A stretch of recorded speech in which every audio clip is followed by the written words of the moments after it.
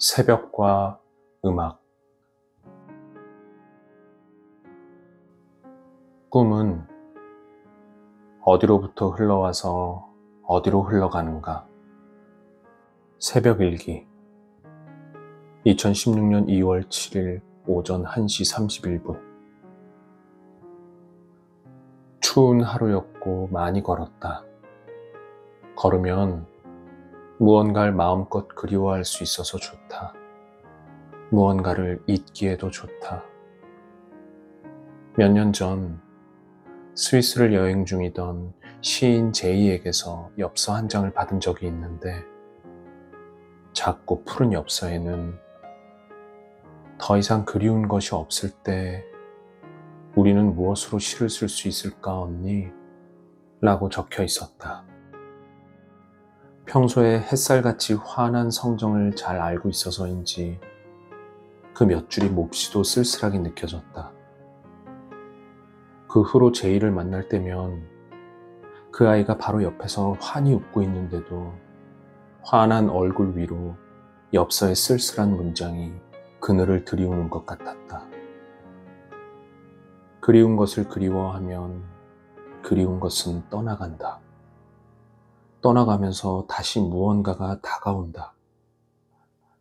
아무려나 오늘 오래 간직해온 그리움이 떠나간 자리에는 그리움이라는 낱말로는 다 가릴 수 없는 잔상이 일렁이며 흘러가고 있었고, 그것들이 흘러가는 자리를 그저 뒤따라 걷는 것으로 나는 시간 속에서 잠깐 사라지는 사람이 될 수 있었다.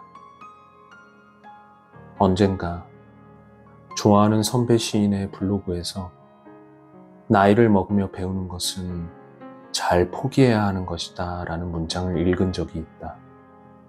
나 역시 몇 년 전부터 이런 식의 체념 아닌 체념을 배우며 온전히 받아들이게 되었기 때문에 그 문장을 읽는 순간 다시금 마음 깊이 고요해졌다. 내 경우는 생각지도 못한 갑작스러운 사고 때문에 의지와 무관하게 오래도록 누워 지내게 되면서 더욱더 그런 체념과 싸우게 된 경우인데, 아니, 어쩌면 그렇게 나이 들어간다는 것, 이전과는 다른 육체적, 정신적 기운을 감지하게 되었기 때문에 머나먼 시베리아로 떠나게 되었고, 그래서 사고를 당하게 되었는지도 모르겠다는 생각이지만, 이제 와서 일의 순서가 중요한 것은 아니고 그저 한 시절을 잘 건너왔다는 것이 중요한데, 그의 블로그 글을 읽으면서 새삼 묻어두었던 어떤 감정들이 되살아나면서 선배의 표현대로 자기 앞의 생을 받아들인다는 것, 허용한다는 것, 그것은 다른 말로 하자면 구하지 못하는 것을 더 이상 바라지 않게 되었다는 말에 다름 아니겠지.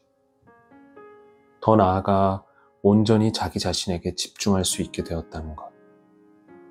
외부의 상황이나 평가와는 무관하게 자기가 해나가려는 것을 조급해하지도 초조해하지도 않으면서 자기만의 속도로 하루하루 꾸준히 해나가겠다는 말이겠지. 단순하고 명료한 삶으로 나아간다는 것. 이제는 그도 나도 늙어간다는 것이 무엇인지 따로 시간을 내어 생각하지 않아도 자연의 순리를 어떠한 저항 없이 받아들일 나이가 된 것이겠지. 늙음을 받아들이게 되었다는 것.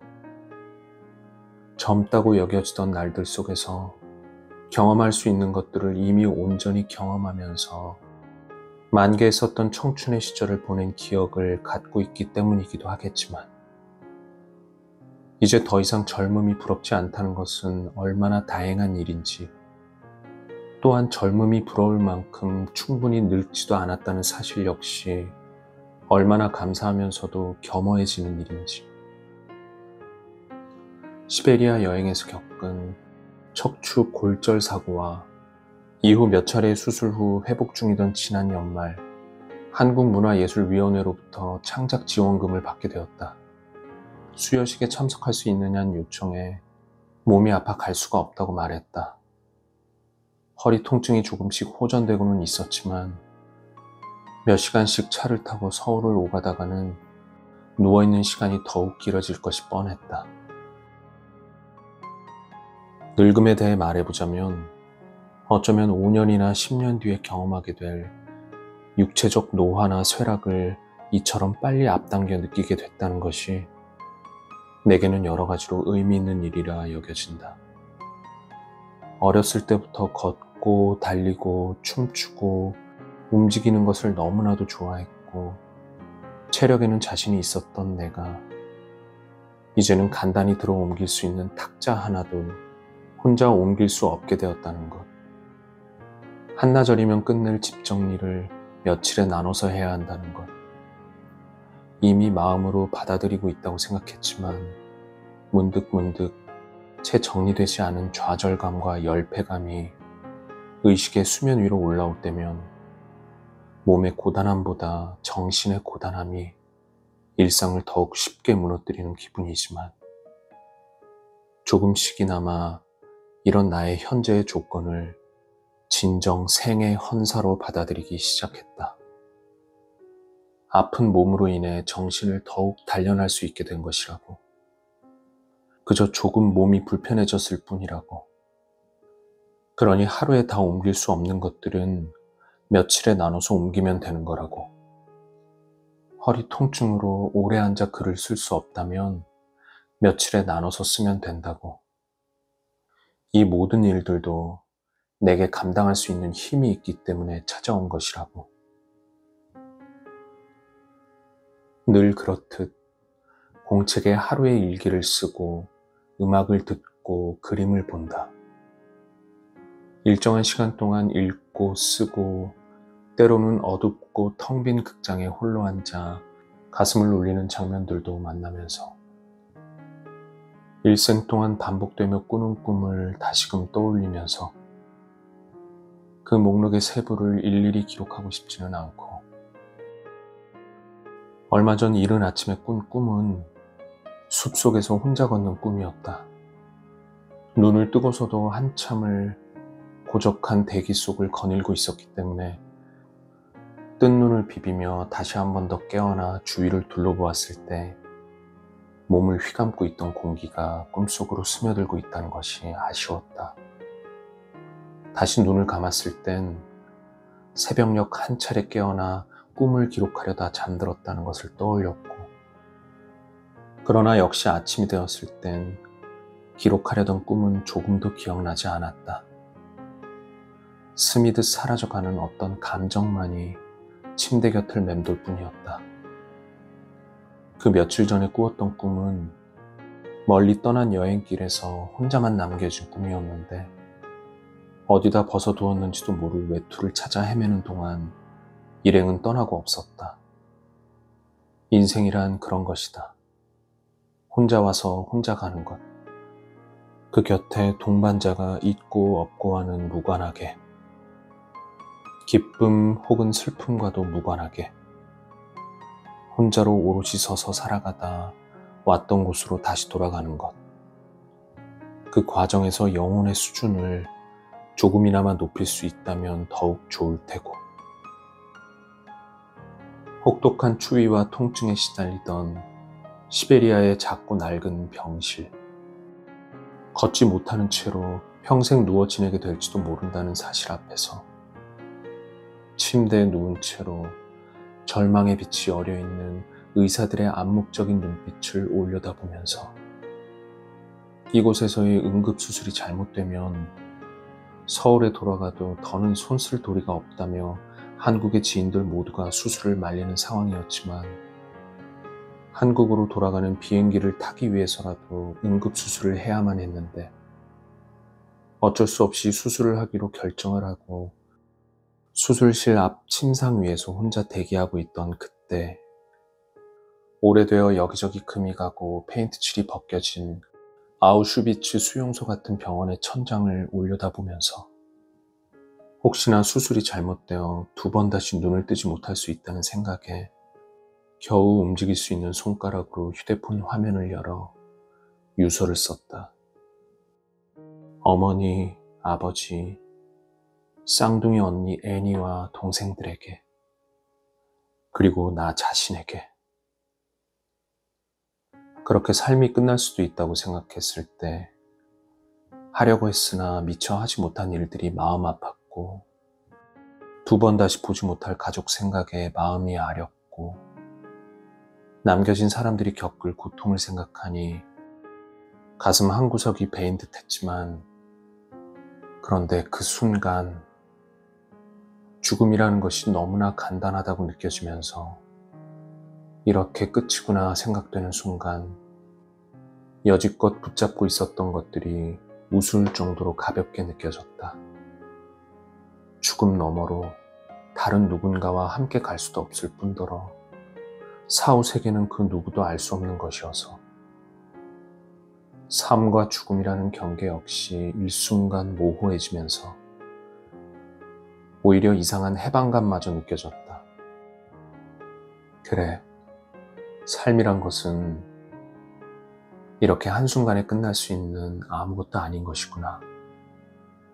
그러니 그저 자기 자신으로 충만하게 살아가면 되는 거구나.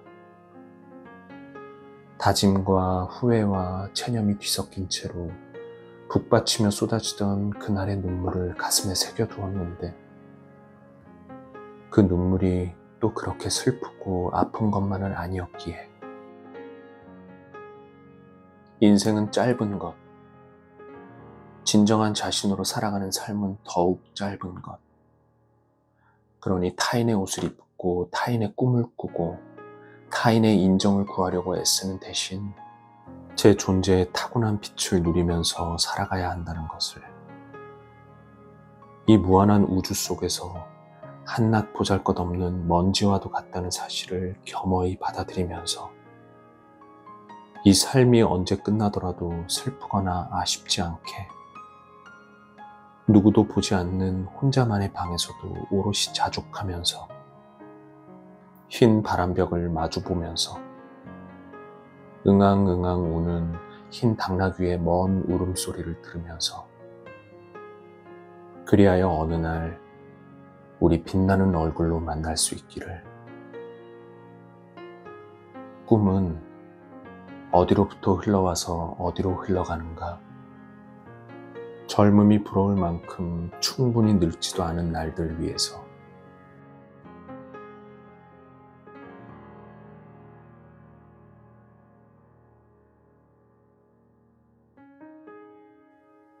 정상윤의 동네 책방, 오늘의 사색, 새벽과 음악.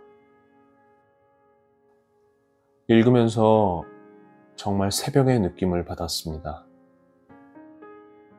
원하든 원치 않든 시간이 흐르면 누구나 나이를 먹게 됩니다.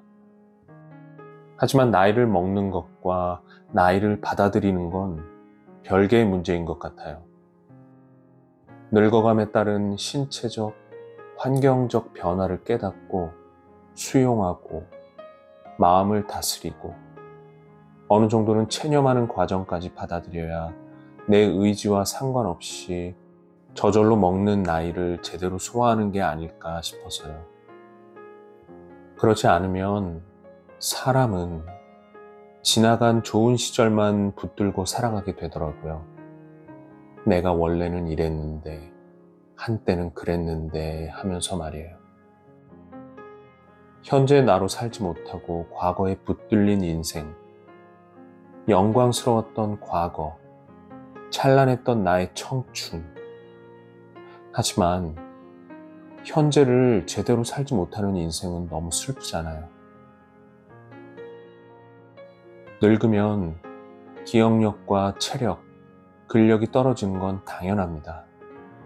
받아들여야죠. 그래야 다음이 있지 않을까요? 나이를 받아들인다는 게 어차피 이젠 안 돼, 못해, 소용없어 라며 하고 싶은 일, 가진 꿈을 모두 포기하자는 뜻이 아니니까요. 그렇다면 이제는 무엇을 할 수 있을까? 그렇다면 지금부터는 어떻게 해야 할까? 지금의 나에게 적합한 방법을 찾고 선택하고 또 살아가는 것. 저는 그게 제대로 나이 들어가는 거라고 생각합니다.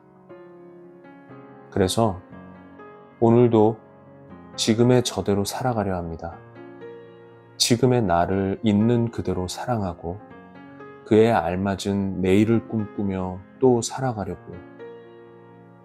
여러분, 여러분들도 다 괜찮아질 겁니다.